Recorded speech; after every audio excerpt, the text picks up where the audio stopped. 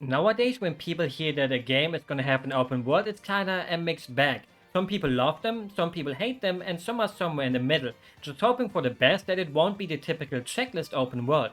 A world that is huge, but something about it is just not really inviting you to explore it to its fullest, especially when you see 200 different icons plop up on it. It's crazy how Xenoblade X's open world was the very first one that Monolith Soft has created, and they immediately understood what can make an open world so special and beautiful. It was even their first HD game too. Luckily, the talent in that studio is just too extreme to make them fail, and also without them there would be no Breath of the Wild, or at least a very different world since many people from Monolith Soft also worked on that game's world at the same time. It allows you to go basically anywhere you want right from the start. After finishing the opening stuff, you are free to go right into the last area of the game if you desire to do so. Does the game encourage you to do so? Not really, but you got the choice. Can you do anything in those areas such as accepting quests or already killing the final boss? No, you're basically doing it for nothing at all except for one thing, the thrill of exploration.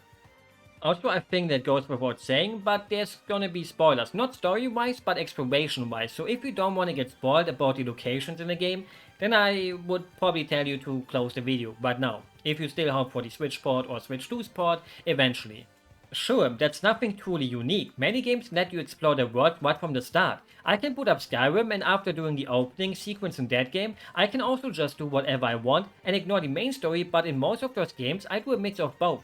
First I accept a quest, then I go and do them and on the way I explore around a little bit. You can do the same in Xenoblade X and I'm pretty sure that's how most people would play it, but the way I first played it was that I wanted to see my limits first because the world looked so mysterious to me and new, so I didn't even care about the quest and just went around the world trying to see how far I can actually go. One of the very first cutscenes in the game just gives you that little glimpse of the first area, and in the background you see all that fog and think, what is hiding there? And if the first area is already this massive with dinosaurs, other wild creatures, weird rock formations, then what else is there in this world? It's unlike any other world you have seen. That is the biggest strength the game has, the mystery of the world. That's what I'm looking for in an open world personally, a world that makes me interested in exploring it, not because I can find some loot here and there after beating generic enemy base 27.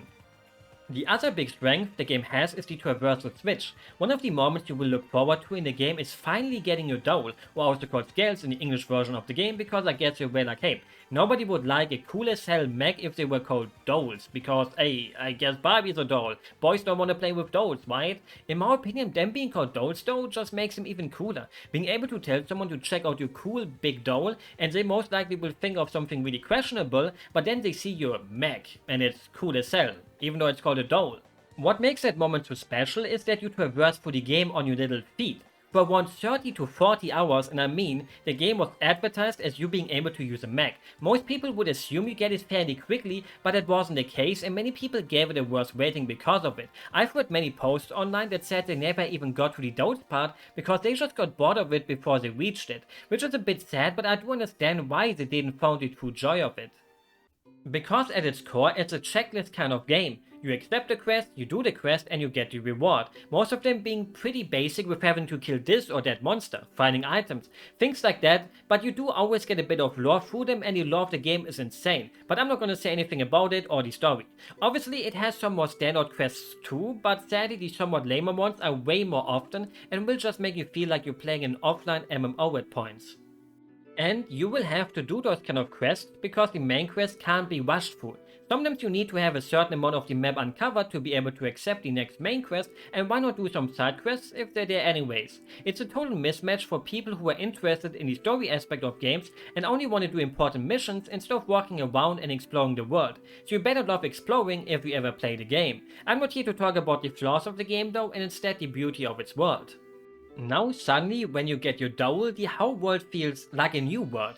Places you couldn't reach before are suddenly reachable and you just want to explore the world called Mira all over again. Sometimes you would see caves on a higher plane you couldn't enter before and now you think, whoa wait, I remember that cave entrance, time to go check it out now.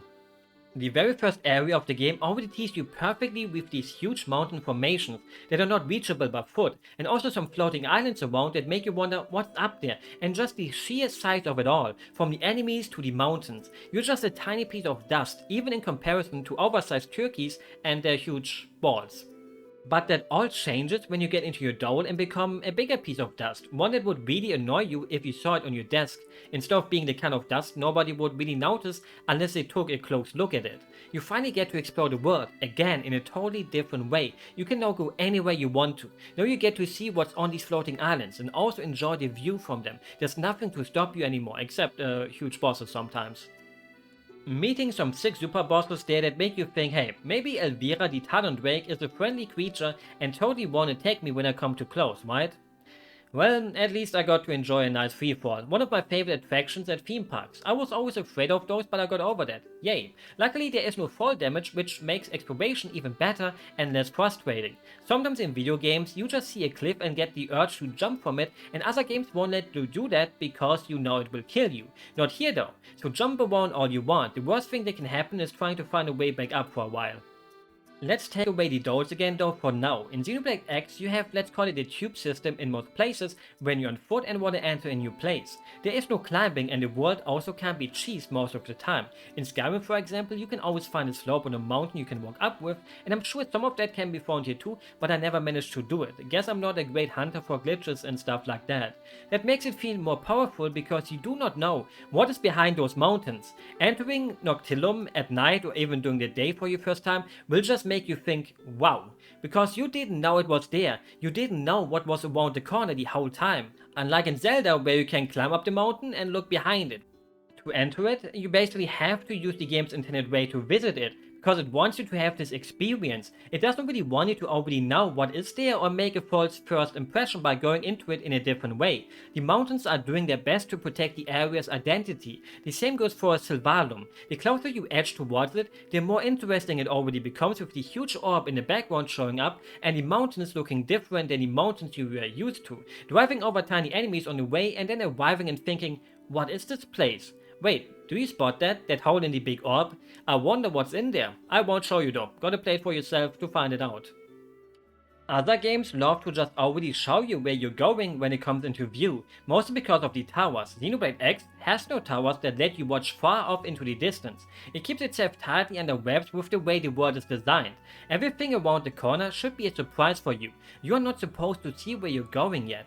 Obviously there's elevated areas where it's easier to spot things in the distance with, but it never truly outright spoils you, if you want to call it a spoiler, which I wouldn't, but you get what I mean, right?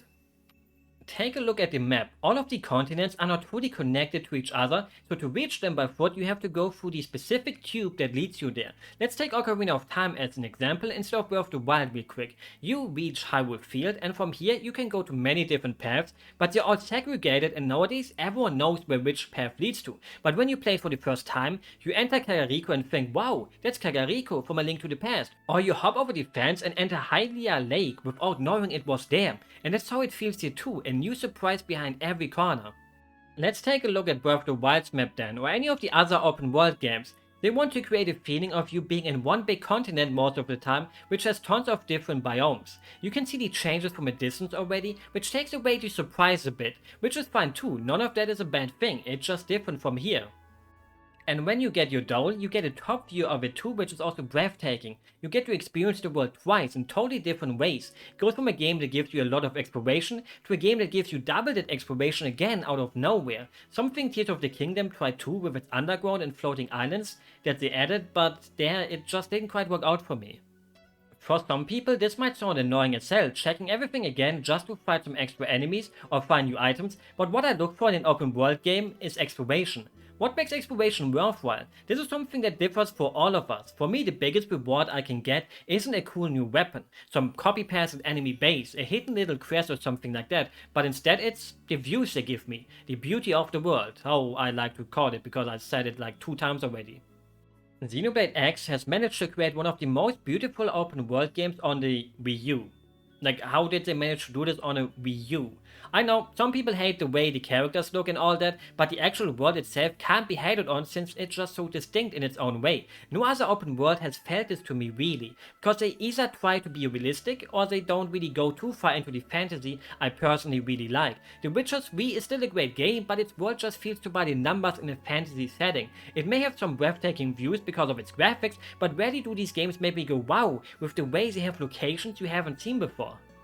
The same goes for GTA games nowadays. As a kid, the big world of San Andreas blinded me with how huge and cool it was. But every GTA game since then just felt, yeah, those are some cities I guess. But that's just what happens when you play so many of these games. They become harder to impress you. I've seen enough cities in open world games that are modeled after real cities. Give me cities I haven't seen before. I'm sure GTA 6 will impress me, but mostly with how many NPCs it will be able to display and other technical aspects like that, instead of worrying me with its locations. That's why Xenoblade X feels like such a breath of fresh air. Its world is just so out there, you can't compare it to any other world.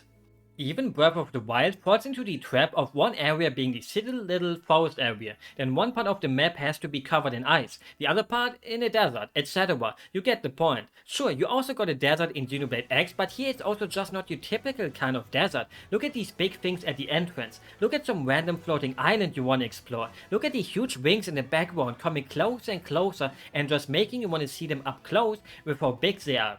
They just immediately catch your attention. You want to know their meaning. You want to know why they're there. You want to climb them. And all of that you want to do without a quest. You want to make your own quest to try to climb them up. And let me tell you, you won't have any luck with that. Unless you do it with your dole, then you can fly to the top of it and it even has items on it like watermelons. Who planted them there?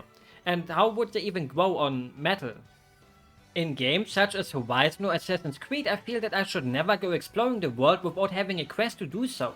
Because what will I find? Some loot? Some enemy camps? The typical stuff I would be expected to find in a world that just feels so common by now. At least Breath of the Wild always had these shrines for me, which I love since I love puzzles, and 75% of them were really unique, so it always made me happy finding one, as long as it wasn't a shrine about fighting. Elden Ring had some caves or catacombs, and finding them at first was also great because you saw new bosses, but then it kinda also repeated itself with both of those things, most likely also getting a weapon after that you couldn't really use. Here, the game does not reward you for doing any of it. You're basically wasting your time going to places that are not intended to be explored yet, since most enemies will murder you. Even though in some of the later areas there's also enemies that are fairly low leveled, and there's truly nothing to do here yet, because you most likely won't have any quests here yet either. But it's just so tempting to sneak around enemies that will one-shot you if they spot you and just looking at the scenery. I just love getting lost in this world without having anything to do except for installing data props, because the game tells you to do that and it farms resources and some more stuff for you, and it's kinda important. For some people this may sound really lame, and I wouldn't even disagree with it. All our brains are wired differently after all. For me the biggest reward was always just seeing the amazing sights the world has to offer, with some cool super bosses to be found and fought too every once in a while. For example, I have a friend who basically only played Red Dead Redemption 2 for its story, and never really exploring the world. Both things can coexist. Some people play open world games for the story, some play it for the exploration, but I personally prefer the exploration part. There really is also just no game quite like it, because that market is also so untouched. Sure, you got No Man's Sky and Starfield for space exploration games, but I don't want to explore randomly generated planets that will never be able to measure up to a world that is perfectly created by actual people who think about where to put their rocks and mountains and trees. If you still try to impress people by saying your world is the biggest world ever created, or that you got 1,000 planets in your game, then you're just failing. People don't want to have bigger worlds, people want to have better worlds. Look, we got 2,000 kilometers of nothingness in our game now, instead of just 1,000. Impressive. We have really outdone ourselves this time. The times where a bigger world impresses people is kinda over, I think. Try to impress people with the size of your world, or the interactivity like how Breath of the Wild did it.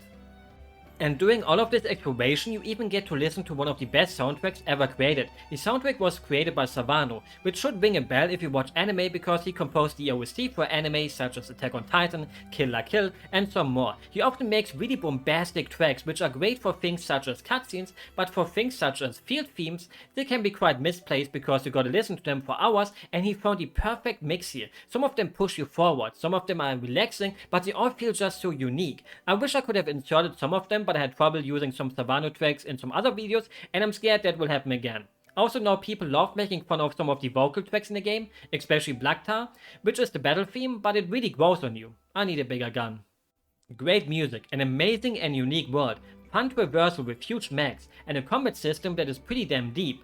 What more could you ask for? There's just nothing like it, and I really wish one day we will get Xenoblade X2 or maybe another whole new open world created by Monolith Soft. For starters though, maybe they should port X to the Switch too. Also the first Switch still, but time for that is running out. I really wish it would happen though, just so that every single Xenoblade game would be on one single console. It makes me feel sad it's excluded. It's like that one child in kindergarten nobody really hangs out with, so the only person playing with them is the caretaker.